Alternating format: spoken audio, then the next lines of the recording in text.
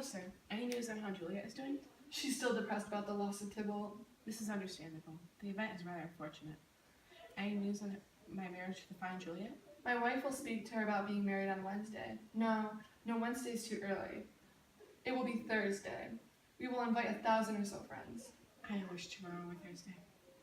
It is time for you to go. It is so late that we could call it morning. I wish I were still 16 and could stay out all night. Farewell. Goodbye. Why are you leaving? It's not morning yet. Don't be afraid. It's the bat you see and not the rooster.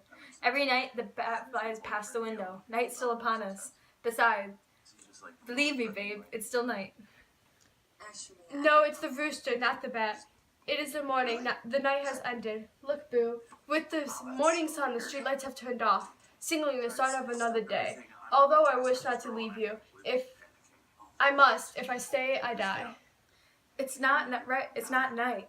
I know it. It's just the star that's shining in the sun's light.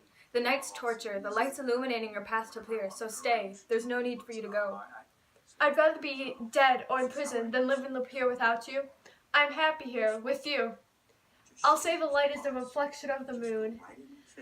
I want to stay more than I want to go. Come, death, and take me. Juliet wants it this way. No. How are you, my love? It is that day. Let's talk.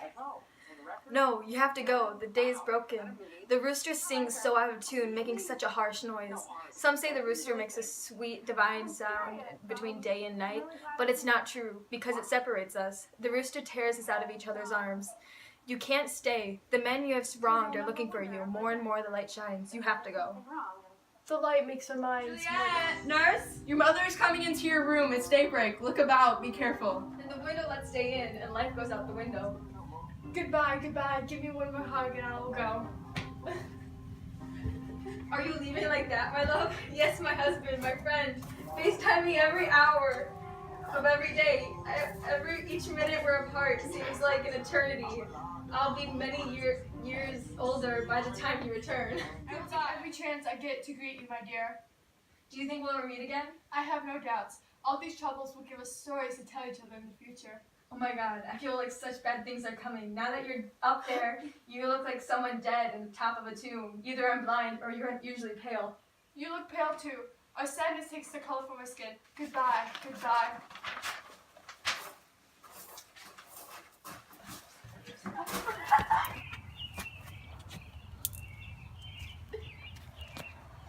Oh Lord, everyone says that you can't make up your mind. If you change your mind so much, what are you going to do to Romeo, who's so loyal to me? Change your mind. Fate, please send him back. Daughter, are you awake? Who's calling? Is it my mother? Is she awake so early or up so late? What's calling her to my room? How are you, Juliet? Mama, I wish I could tell you I'm doing fine. Will you cry about your cousin's death forever? Are you trying to wash him out of his grave with your sadness and tears? Even if you couldn't bring him back to life.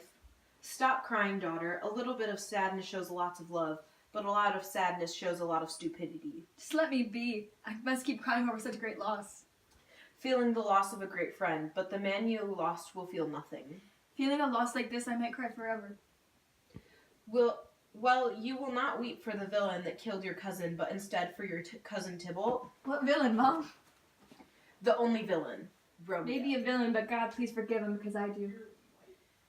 That's because the murderer still lives. He is beyond my reach. I wish that no one gets revenge for my cousin's death except for me. Don't worry about that.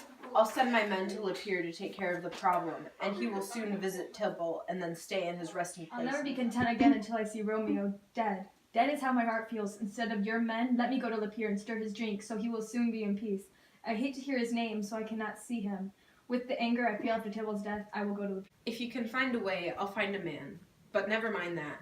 I have good news for you. How can there be such good news in such a terrible time? Well. Lucky for you, you have a very caring father.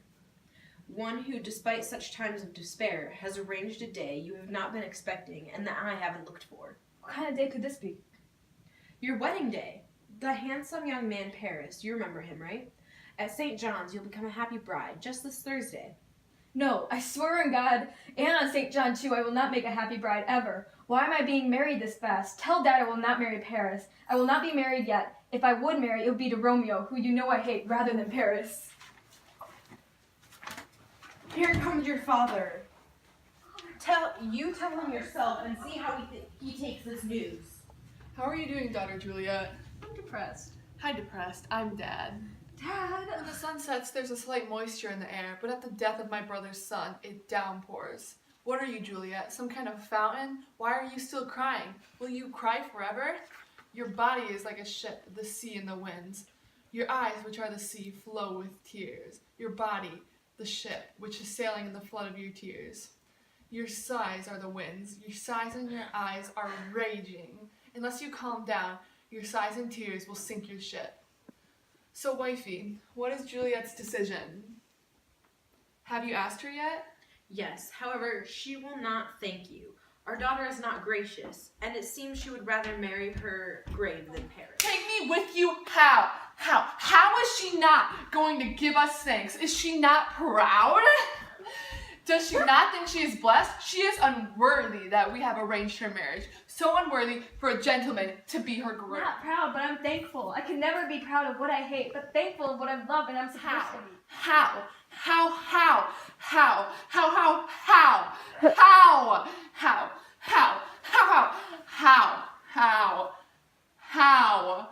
How dare you argue? Why do you say proud and I thank you not and I thank you and yet you are not proud? My daughter, you spoiled little brat. You are worthless and every proud you say means nothing. For I know you are selfish and wish not to marry Paris, but be ready for you to marry him Thursday at St. John's. And if you will not go willingly, then I will drag you. Leave you greasing this little bug, you worthless girl. Leave you soggy slice of bread, you bag. You are defying me. Why are you mad? Good father, I'm begging you to be patient and listen to what I have to say. It's just one thing. Forget about you, worthless girl, you disobedient wretch. I tell you what, get to church on Thursday or never look me in the face again. Do not answer me, do not speak, do not talk back to me. I feel like slapping you. Ah!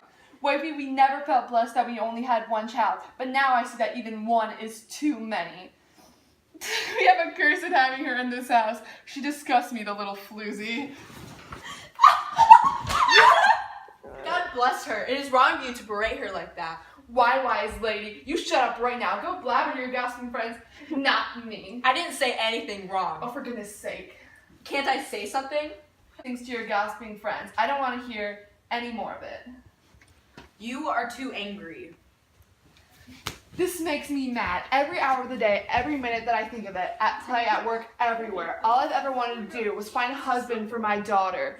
And I have provided a man who comes from a noble family, is good-looking, young, well-educated, a babe, and he's full of good qualities. He's the man of any girl's dreams. But this whimpering, wretched fool, like a whining puppet, she looks at this man and refuses to marry him. She replies, I won't be married. I'm too young. I will not fall in love. Please excuse me. If you won't be married, I will excuse you. You can eat whenever you want, but you cannot live under my roof any longer. Consider that I am not in the mood to joke. Thursday is coming. Think before you decide, daughter. You can starve, beg, and die in the streets, and I promise you, I will not take back what I said or do anything for you ever again. Think about it. I will never break this promise. There is no pity in the clouds. Does it just seep into the bottom of my grief? Oh, mother, do not cast me away. Delay this marriage for a month, a week, anything if you don't make my bed in the tomb where Tybalt lies. Do not speak to me. I have nothing to say. I am done with you. Do not bother yourself by bothering me. Go on with your day. Oh Lord, oh nurse, how can we prevent such horrors? My husband is on earth and my faith is in heaven. How will my faith return again to earth?